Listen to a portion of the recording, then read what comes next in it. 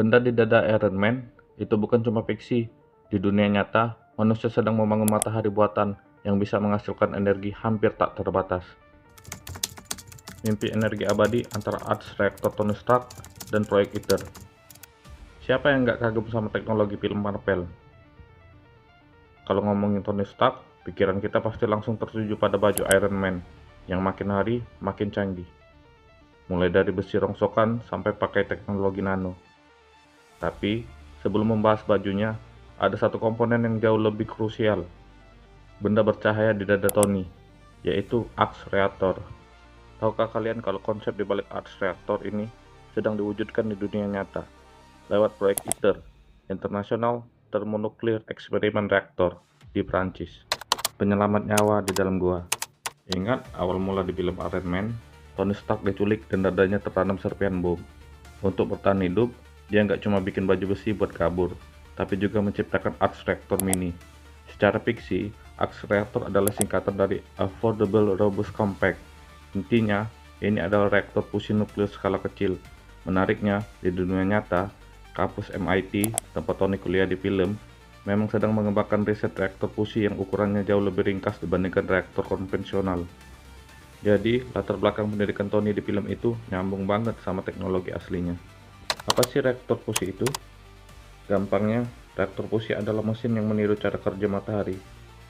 Kalian mungkin pernah dengar berita tentang matahari buatan dari Cina? Nah, itu sebenarnya adalah reaktor fusi. Begini cara kerjanya. Di matahari, inti hidrogen saling bertumbukan karena gravitasi yang luar biasa besar. Proses ini menyatukan atom-atom tersebut menjadi helium dan melepaskan energi yang sangat masif. Ilmuwan ingin membawa proses ini ke bumi untuk jadi sumber listrik. Kalau proyek ini berhasil, bayangkan cukup dengan setetes, energi yang dihasilkan mampu menyalakan listrik rumah tangga dalam jangka waktu yang sangat lama. Proyek ITER, ambisi terbesar manusia. Membangun reaktor fusi di bumi itu susahnya minta ampun. Reaktor ini menciptakan titik panas yang sangat ekstrim, mencapai suhu yang berkali-kali lipat lebih membara dibandingkan panas inti surya. Saat ini, 7 negara, termasuk China dan Amerika, bekerja sama membangun ITER di Prancis. Reaktor ini menggunakan tabung berbentuk donat bernama tokamak untuk menjaga plasma tetap stabil. Proyek raksasa ini diprediksi baru akan menghasilkan plasma pertama pada tahun 2033 dengan biaya mencapai 65 miliar dolar. Cold fusion, mungkinkah ada di dada Tony? Banyak yang skeptis, mungkinkah reaktor fusi dibuat sekecil milik Iron Man? Secara teori fisika saat ini, reaktor fusi harus berukuran besar. Namun, ada suatu teori menarik bernama cold fusion, fusi dingin. Teori ini muncul tahun 1989 saat dua ilmuwan, Martin Fleischmann dan Stanley Pons, mengklaim bisa menciptakan reaksi fusi di suhu ruangan menggunakan bahan palladium. Di film pertama, Tony Stark memang menggunakan palladium sebagai bahan bakar Arch Reactor miliknya. Sayangnya, di dunia nyata, eksperimen itu dianggap gagal dan tidak konsisten secara ilmiah. Bahkan, di Iron Man 2, diceritakan kalau palladium perlahan meracuni tubuh Tony.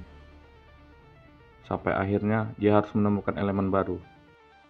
Kesimpulannya, meskipun Arch Reactor milik Tony Stark masih sebatas imajinasi film, prinsip sains di baliknya sangat nyata.